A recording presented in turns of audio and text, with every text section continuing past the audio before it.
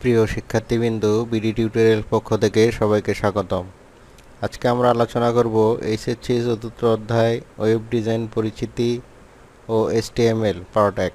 এই অধ্যায়ে আমরা শিখব ওয়েব ডিজাইনের ধারণা, web content, website, web portal, IP address, domain name, web address, browser, ওয়েবসাইটের প্রকারভেদ, ওয়েবসাইটের কাঠামো। আশা করি প্রথম থেকে শেষ পর্যন্ত দেখলে ওই অধ্যায়ের মোটামুটি সবগুলো পাঠ এবং উক্ত পাঠের প্রশ্নের উত্তরগুলো বুঝতে পারবে। এই অধ্যায়ের কোনো সমস্যা সম্পর্কে জানতে কমেন্টে লিখে জানাতে পারো, আমি চেষ্টা করব সঠিক উত্তর দেওয়ার। চ্যানেলটি থেকে উপকৃত হলে সাবস্ক্রাইব করবে, লাইক ও শেয়ার দিয়ে পাশে থাকবে। প্রথমে আমরা জানব ওয়েব পেজ। ওয়েব পেজ হলো এক ধরনের ওয়েব ডকুমেন্ট যা ওয়ার্ল্ড ওয়াইড ওয়েব ও ইন্টারনেট ব্রাউজার ব্যবহার করে। প্রথমে আমরা দেখব ওয়েব পেজ। ওয়েব পেজ হলো এক ধরনের ওয়েব ডকুমেন্ট যা ওয়ার্ল্ড ওয়াইড ওয়েব ও ইন্টারনেট ব্রাউজারে ব্যবহারের জন্য উপযুক্ত। ইন্টারনেট ব্যবহারকারীদের দেখার জন্য বিভিন্ন দেশের সার্ভারে রাখা ফাইলকে ওয়েব পেজ বলে। ওয়েব পেজ HTML দিয়ে লেখা হয়। ওয়েব পেজের বিষয়বস্তু। ওয়েব পেজে কন্টেন্ট লেখক তার পছন্দ মতো যা ইচ্ছে তাই প্রকাশ করতে পারেন, যেমন লেখা, ছবি, গ্রাফিক্স, অ্যানিমেশন, অডিও, ভিডিও, অন্য পেজের লিঙ্ক বা অন্য ওয়েবসাইটের লিঙ্ক। আমরা ওয়েব পেজের বিভিন্ন বিষয় সম্পর্কে জানার চেষ্টা করব। Text file. আমরা একটি ওয়েব পেজে যে লেখাগুলো দেখি সেগুলোই মূলত টেক্সট ফাইল, যেগুলো HTML লেখা হয়ে থাকে। এছাড়া আমরা PDF ফরম্যাটের ফাইল ও ওয়েব পেজে দেখাতে পারি। এছাড়াও বহুল ব্যবহৃত ওয়ার্ড ডকুমেন্টও ওয়েব পেজে প্রদর্শন করা যায়। ছবি ও গ্রাফিক্স ফাইল। আমরা চাইলেই আমাদের ওয়েব পেজের সৌন্দর্য বাড়ানোর জন্য ছবি ও গ্রাফিক্স যোগ করতে পারি। এক্ষেত্রে আমাদের লক্ষ্য রাখতে হবে যে HTML এই ছবি ও গ্রাফিক্স ফাইলকে সাপোর্ট করে কিনা। এখন আমরা দেখি কি কি ফাইল HTML সাপোর্ট করে। .jpg বা JPEG joint photographic expert group, .png portable network graphics, GIF graphics interchange format, .bmp bitmap image file ইত্যাদি ফরম্যাটের ছবি আমরা সহজেই ব্যবহার করতে পারি। অডিও ও ভিডিও ফাইল। আমরা আমাদের ওয়েবসাইটে চাইলেই অডিও ও ভিডিও ফাইল যোগ করতে পারি, কিন্তু সব ধরনের অডিও ও ভিডিও ফাইল HTML সাপোর্ট করবে না। বিশেষ কিছু ফরম্যাটের অডিও ভিডিও ফাইল শুধু সাপোর্ট করে, যেমন অডিও ফাইলের জন্য .wmv, .mp3, MDI ও ভিডিও এর জন্য .mov, .avi, .mp4, .mpeg ইত্যাদি। এছাড়াও ওয়েব পেজকে আরও আকর্ষণীয় করতে ও ব্যবহারকারীর চাহিদা মতো অতিরিক্ত কিছু ফাইল এক্সটেনশন ব্যবহার করা যায়, যেমন .html HTML ফাইলের এক্সটেনশনের জন্য ব্যবহার করা হয়। .js জাভাস্ক্রিপ্ট ফাইলের এক্সটেনশনকে বোঝাতে ব্যবহার করা হয়। HTML এর মধ্যে জাভাস্ক্রিপ্ট ব্যবহার করে ওয়েব পেজকে সুন্দরভাবে উপস্থাপন করা যায়। .css HTML পেজকে সুন্দরভাবে কালারফুলভাবে উপস্থাপন করার জন্য CSS ব্যবহার করা হয়। .php ভাষায় এক্সটেনশনের ব্যবহার করা হয়। অনেক বড় ওয়েবসাইট তৈরিতে PHP ভাষা ব্যবহার করা হয়। এখন আমরা দেখব ওয়েবসাইট। এক বা একাধিক ওয়েব পেজ নিয়ে একটি ওয়েবসাইট তৈরি হয়, যা ইন্টারনেটের মাধ্যমে একটি ওয়েব সার্ভারের সাথে যুক্ত থাকে, এবং ওয়েব পেজগুলো ব্যবহারকারীগণ ইন্টারনেট ব্যবহার করে ওয়েব ব্রাউজারের মাধ্যমে দেখতে পারে। ওয়েবসাইটের একটি URL থাকে যা ওয়েব ব্রাউজারে লিখে ওই ওয়েবসাইটের কন্টেন্ট দেখা যায়। ওয়েব পেজ সাধারণত HTML লেখা হয়। Web portal. ওয়েব পোর্টালও এক ধরনের ওয়েবসাইট। ওয়েব পোর্টালে বিভিন্ন ওয়েবসাইটের লিঙ্ক দেওয়া থাকে, যেমন সরকারি বিভিন্ন ওয়েব পোর্টালে তাদের ওয়েবসাইটের তথ্য ছাড়াই সরকারের বিভিন্ন সেবা, তথ্য ও তথ্য প্রাপ্তির বিভিন্ন লিঙ্ক দেওয়া থাকে, যেমন www.bangladesh.gov.bd একটি ওয়েব পোর্টাল যেখানে সরকারের বিভিন্ন সেবার তথ্য পাওয়া যায়। IP address. পৃথিবীতে প্রতিটি মানুষের জন্য আলাদা আলাদা আইডেন্টিটি থাকে, যার মাধ্যমে তাকে আলাদাভাবে শনাক্ত করা যায়।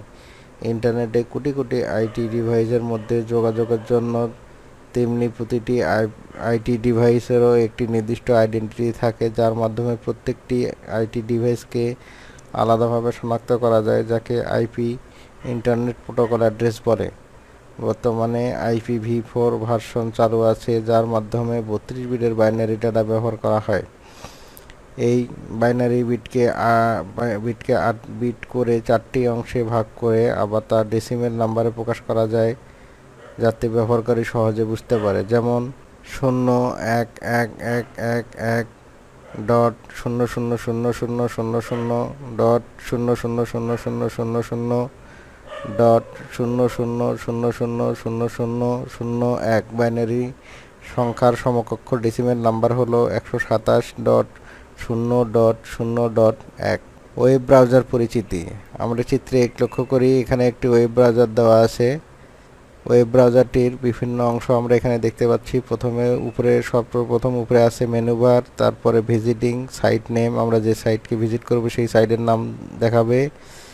তারপরে বাম পাশে আছে রিফ্রেশ বাটন এবং গো বাটন।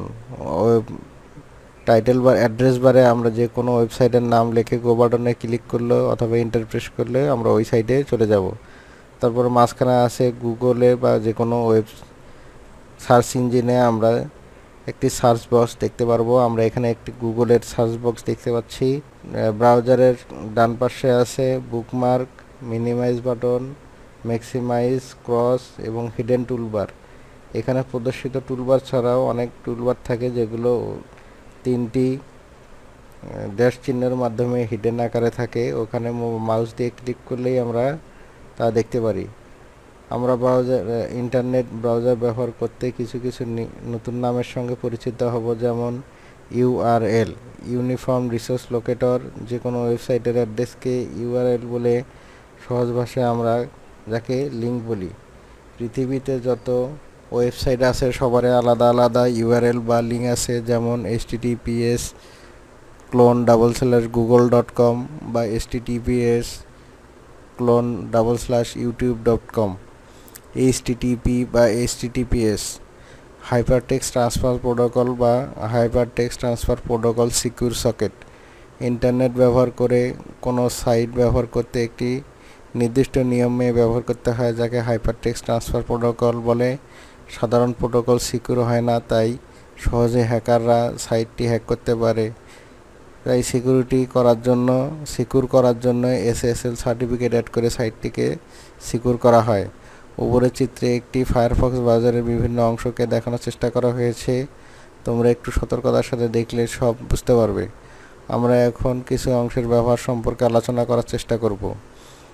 Home page. প্রতিটি ওয়েবসাইটের একটি হোম পেজ থাকে, যেখানে ওই প্রতিষ্ঠানের আবশ্যিক কিছু তথ্য উপাত্ত দেওয়া থাকে। উপরের একটি গুগলের হোম পেজ দেওয়া আছে। Search bar. অধিকাংশ ওয়েবসাইটে সার্চ বার থাকে। সার্চ বারে সার্চ করে নির্দিষ্ট টপিকের তথ্য সহজেই খুঁজে বের করা যায়। Reload, refresh. প্রতিটি ব্রাউজারে রিলোড ও রিফ্রেশ করার অপশন থাকে। কোনো কারণে পেজ লোড না হলে রিলোড ও রিফ্রেশ বাটন প্রেস করে আবার রিলোড করা যায়। বুকমার্ক। প্রতিটি ব্রাউজারের ভিজিট করা লিঙ্কে ভবিষ্যতে পুনরায় ব্যবহার করার জন্য সেভ করে রাখা ব্যবস্থাকে বুকমার্ক বলে। এছাড়াও মেনু বার থেকে অনেক ফিচার অ্যাড করা যায়। ব্রাউজারের ডান পাশে 3টি বার থাকে, যেখানে অনেক হিডেন অপশন থাকে। সেখানে ডাউনলোড হিস্টোরি ও ব্রাউজার সেটিংস ইত্যাদি থাকে। এছাড়াও আমরা ব্রাউজার ব্যবহার করে তথ্য উপাত্ত ডাউনলোড ও আপলোড করতে পারি। কোনো তথ্য উপাত্ত ডাউনলোড ও আপলোড করতে TCP/IP প্রোটোকল ব্যবহার করা হয়, যার পূর্ণ অর্থ হচ্ছে transmission control protocol, internet protocol. এখানে আমি একটি চিত্র দেখার চেষ্টা করেছি যে কীভাবে HTTPS বা TCP/IP প্রোটোকল ব্যবহার করে আমরা একটি পিসি থেকে ইন্টারনেট ব্যবহার করতে পারি। উপরের চিত্রে TCP/IP প্রোটোকল ব্যবহার করে ওয়েব ব্রাউজারে কীভাবে একজন ব্যবহারকারী তথ্য উপাত্ত পেতে পারে তা দেখানোর চেষ্টা করা হয়েছে। ব্যবহারকারী যখন ব্রাউজারে অ্যাড্রেস বারে কোনো ঠিকানা লিখে সার্চ করে, তখন তা TCP/IP প্রোটোকল ব্যবহার করে ওয়েব সার্ভারে যায়। ওয়েব সার্ভার আবার ওই ডাটাবেজ সার্ভারে পাঠায়। ব্যবহারকারীর খোঁজকৃত তথ্য যদি ডাটাবেজে থাকে, তাহলে ওয়েব সার্ভারের মাধ্যমে ব্যবহারকারী ওই তথ্য পায়। যদি সার্ভারের তথ্য ডাটাবেজে না থাকে, তাহলে ব্রাউজারে ওয়েবসাইট পাওয়া যায়নি একটি মেসেজ দেখাবে। Domain name. ব্যবহারকারীর জন্য আইপি অ্যাড্রেস মনে রাখা অনেক কষ্টসাধ্য ব্যাপার, তাই আইপি অ্যাড্রেসকে একটি নাম দেওয়া হয়। এই পদ্ধতিকে ডোমেন নেম সিস্টেম বা DNS বলে। এই ডিএনএস ইউনিক আলফানিউমেরিক ঠিকানা যা কিনা নাম ও নাম্বার থাকে। ডোমেনে দুইটি লেভেল থাকে, প্রথম রুট লেভেল, দ্বিতীয় সেকেন্ডারি লেভেল। আমরা একটি ডোমেন নামের উদাহরণ থেকে দেখে নেই, যেমন আমাদের সবার পরিচিত ডোমেন https://google.com। এখানে প্রথমের হলো প্রোটোকল, দ্বিতীয় অংশ হলো সেকেন্ডারি লেভেল আর তৃতীয় অংশ হচ্ছে রুট লেভেল। এই রুট লেভেল দেখে আমরা একটি ডোমেনের প্রকৃতি সম্পর্কে জানতে পারি, যেমন .com দিয়ে কমার্শিয়াল ডোমেন, .org দিয়ে অর্গানাইজেশন, .edu দিয়ে শিক্ষা, .biz দিয়ে ব্যবসা, .net দিয়ে নেটওয়ার্ক, .gov দিয়ে সরকারি, .com.bd কমার্শিয়াল এবং বাংলাদেশি। ওয়েব অ্যাড্রেস, আমরা পূর্বেই ডোমেন নেম ওয়েব অ্যাড্রেস সম্পর্কে আলোচনা করেছি। একটি ওয়েব অ্যাড্রেস হলো যে কোনো প্রতিষ্ঠানের নাম দিয়ে একটি অদ্বিতীয় নাম, যা দিয়ে ইন্টারনেট ব্যবহার করে পৃথিবীর যে কোনো প্রান্ত থেকে ওই প্রতিষ্ঠান সম্পর্কে জানা যায়। একটি ওয়েব অ্যাড্রেসের কয়েকটি অংশ থাকে, পূর্বে আমরা 3টি অংশ সম্পর্কে আলোচনা করেছি। বাকি শুধু ওয়েবের পথ ও কী ধরনের ডকুমেন্টের জন্য ওই ওয়েবসাইট তৈরি করা হয়েছে। ওয়েব ব্রাউজার, ইন্টারনেটে তথ্য প্রদর্শনের প্রতিটি অপারেটিং সিস্টেমে একটি ওয়েব ব্রাউজার থাকে, যা ব্যবহার করে আমরা ওয়েবসাইটের তথ্য উপাত্ত দেখতে পারি। কয়েকটি জনপ্রিয় ওয়েব ব্রাউজারের নাম হলো Firefox, Google Chrome, Opera, safari, Microsoft Edge ইত্যাদি। এখন আমরা দেখব ওয়েবসাইটের প্রকারভেদ। গঠনের উপর ভিত্তি করে ওয়েবসাইটকে দুই ভাগে ভাগ করা যায়, যেমন static website, dynamic website. Static website, যে সকল ওয়েবসাইটের ডেটা লোড হওয়ার সময় কোনোরূপ পরিবর্তন হয় না তাকে স্ট্যাটিক ওয়েবসাইট বলে। সাধারণত HTML ভাষা দিয়ে স্ট্যাটিক ওয়েবসাইট তৈরি করা হয়। এই ওয়েবসাইটের বৈশিষ্ট্যগুলো হলো নির্দিষ্ট কন্টেন্ট থাকে, ব্রাউজারে সরাসরি লোড হয়, ডাটাবেজের সাথে কোনো সংযোগ থাকে না, আপলোড ও নিয়ন্ত্রণ করা সহজ, সাধারণত HTML ও CSS ব্যবহার করা হয়।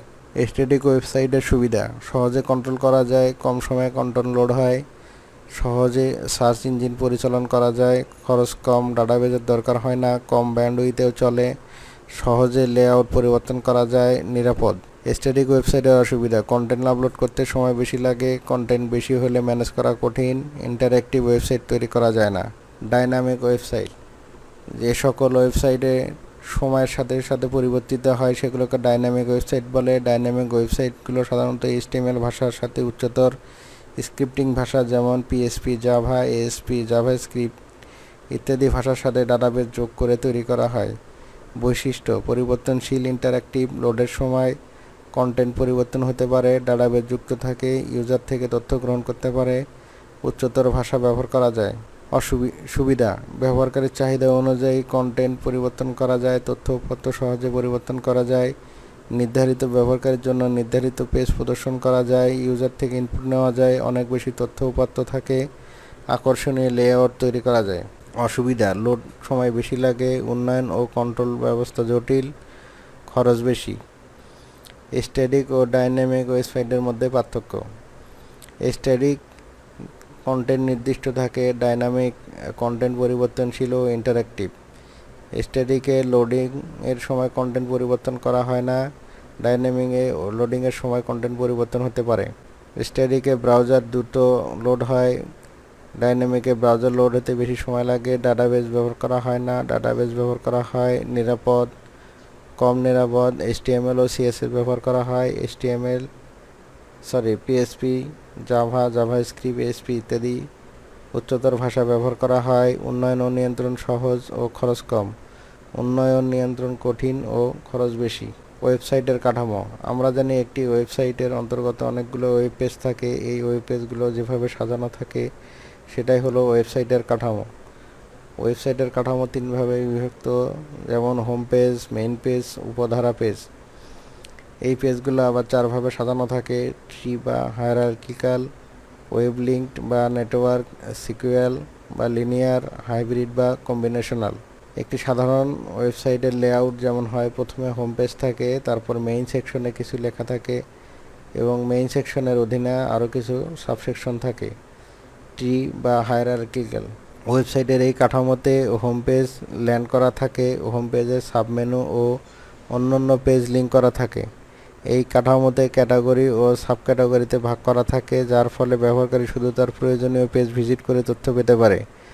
পাশের চিত্রে থেকে আমরা একটু বোঝার চেষ্টা করি। যেমন একটি প্রোডাক্ট পেজ থাকে, প্রোডাক্ট পেজের অধীনে তার সাব পেজ থাকে ইলেকট্রনিক্স, ফ্যাশন ও হোম ডেকোর। ইলেকট্রনিক্সের অধীনে আবার সাব পেজ থাকে যেমন টিভি, মোবাইল। ফ্যাশনের ক্ষেত্রেও সেম, মেন, ওমেন এবং হোম ডেকোরের ক্ষেত্রে উড বা এমডিএফ। এবং এদের প্রতিটির অধীনে আবার অনেকগুলো সাব মেনু থাকতে পারে। ওয়েব লিঙ্ক বা নেটওয়ার্ক, এখানে সবগুলো পেজ একে অপরের সাথে লিঙ্ক করা থাকে। একই ফ্রেমের মধ্যে সবগুলো পেজ লিঙ্ক করা থাকে বিধায় যে কোনো পেজ যে কোনো হোম পেজে আসা যায়, যে কোনো পেজ থেকে হোম পেজে আসা যায়। কোনো লিঙ্কে ক্লিক করলে সেই পেজ বড় আকারে প্রদর্শিত হয়, অর্থাৎ নতুন একটি উইন্ডো ওপেন হবে। সিকোয়েন্স বা লিনিয়ার, এখানে সবগুলো পেজ একটির পর একটি সাজানো থাকে। এক পেজ থেকে আরেক পেজে যেতে লিঙ্কে ক্লিক করতে হয়। বিভিন্ন ধরনের ওয়েব ব্লগ এই কাঠামোতে তৈরি করা হয়। নেক্সট, প্রিভিয়াস, ফার্স্ট, লাস্ট, এভাবে লিঙ্ক পেজ সাজানো থাকে। হাইব্রিড বা কম্বিনেশনাল, যখন একাধিক কাঠামো ব্যবহার করে ওয়েবসাইট তৈরি করা হয় তখন তাকে হাইব্রিড বা কম্বিনেশনাল কাঠামো বলে। বর্তমানে বেশিরভাগ ওয়েবসাইটে এই কাঠামোতে তৈরি। এই পদ্ধতিতে তৈরি সাইট দেখতে সুন্দর ও ব্যবহার বান্ধব। পরবর্তী ভিডিওতে আমরা HTML সম্পর্কে শিখব, আশা করি সাথেই থাকবে। পুরো ভিডিও দেখার জন্য ধন্যবাদ। আশা করি এই ভিডিওটি তোমাদের ভালো লেগেছে। ভিডিওটি ভালো লেগে থাকলে আমার চ্যানেলটি অবশ্যই সাবস্ক্রাইব করবে, লাইক ও শেয়ার দিয়ে বন্ধুদের জানিয়ে দিবে যেন তারা উপকৃত হতে পারে। এই পাঠ সম্পর্কে কোনো জিজ্ঞাসা থাকলে কমেন্টে জানাতে ভুলো না যেন। সবাই ভালো থেকো, সুস্থ থেকো, ধন্যবাদ।